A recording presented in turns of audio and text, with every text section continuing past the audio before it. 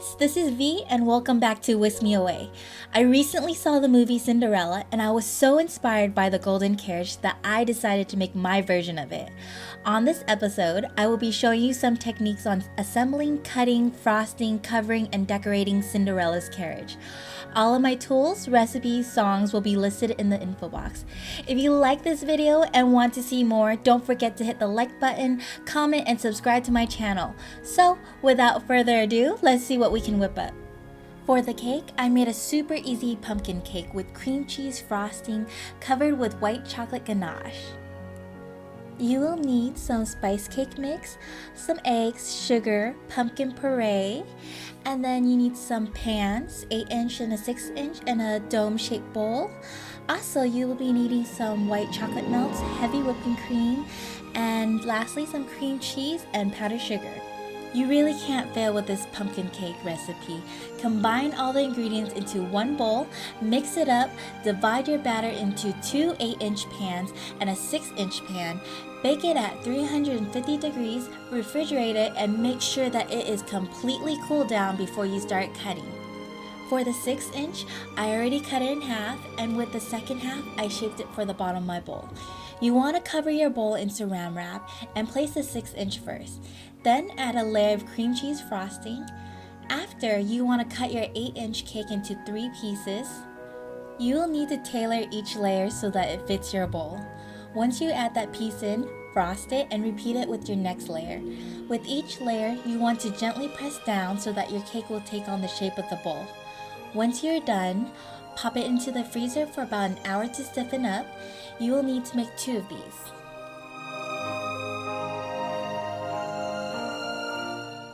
Sweet! Time to put it together. Flip one dome onto a round cardboard, level off the bottom of your dome and insert 5 dowels. Then flip this over onto a thick rectangular cardboard, frost it so that the second half will adhere to the bottom.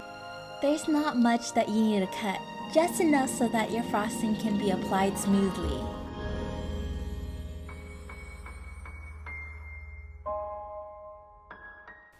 One thing about cream cheese is that it breaks down the fondant and causes it to weep, so we need to create a barrier between it with white chocolate ganache.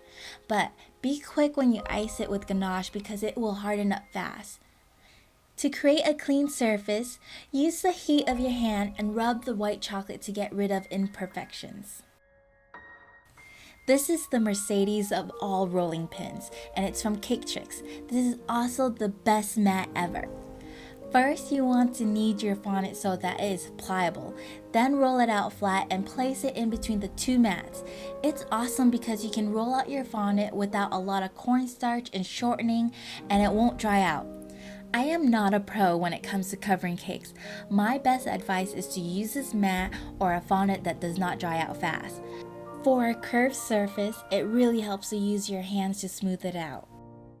We need to make the wheels in advance. Roll out some gum paste into a long rope, find something circular to wrap the rope around, then roll another rope to make the details of the wheel, and don't forget to stick it together with some piping gel. Here is my favorite mold, but it is only one-sided. I will be showing you a simple way to make a double-sided mold. This is a food-safe, reusable mold material. Simply heat it in the microwave and pour it over the part that has been coated with mold release. Let it solidify and cut off any excess parts. When you're finished, you can remelt and reuse this over and over again. The best part about my tutorial is that you don't need a lot of fancy molds, just a bunch of cutters, veiners, and some creativity. So take the cutters that you already have and play with those pieces. You can see that the ones that I'm using are just leaves, hearts, and teardrops. So curl them edges, roll up the ends, take some scissors, and give your pieces more character. A lot of people ask me where did I get that cutter? Well, most of them were from local cake shops, cake shows, and probably discontinued. I will try my best to get you guys a link to similar ones.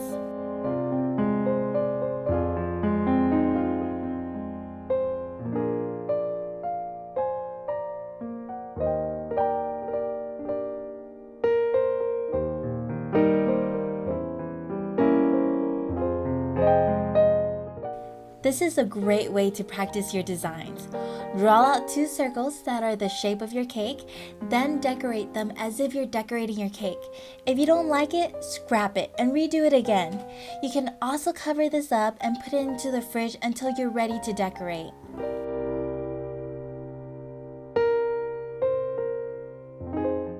This is my favorite part. There's something about creating edible art that makes me happy. It took me a couple of years to develop this technique, so just keep practicing. Also, if this tutorial is visually too fast to follow, please email me and I will be happy to send you a link to the slower version. I am using a yellow gum paste because I will be painting over these pieces with a gold highlighter mixed with some cocoa butter in case I miss some spots. I found piping gel to be the perfect cake glue.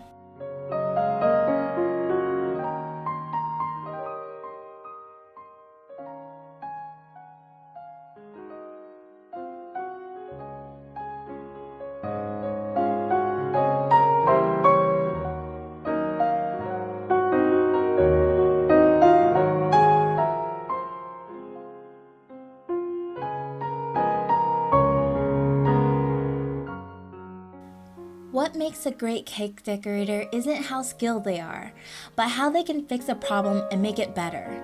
There's more than one way to make something, so there's really no right way. I made some mistakes on this cake.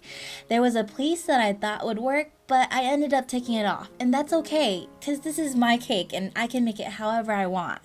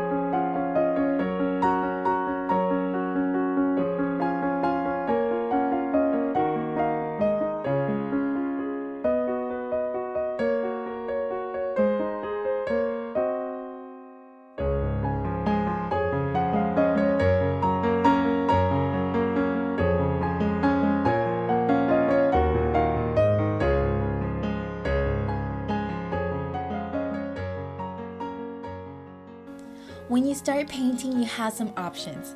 You can paint with alcohol, lemon extract, or cocoa butter. Only thing about cocoa butter is that you have to keep it warm or else it will start to solidify. Once you mix your highlighter in, don't microwave it. Seriously, it will catch on fire. So just remelt it in a shallow pot of hot water.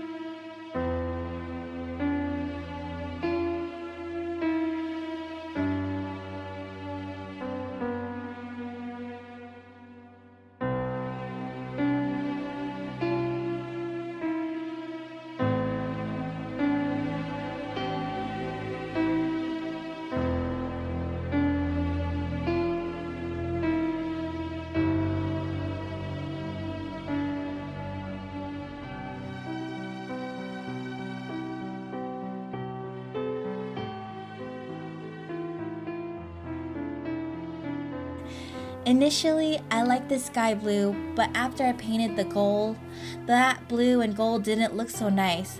So I decided to mix some periwinkle dust with some cocoa butter and repainted the cake.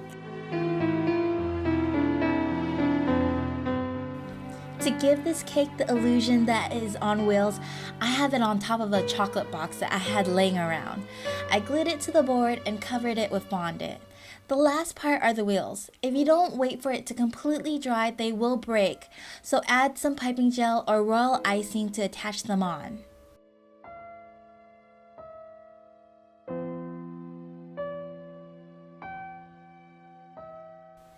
I had a lot of fun making this cake, and I hope you guys enjoyed watching me make it. Best wishes to everyone. You guys are helping me make my dreams come true. So until next time, have courage and be kind.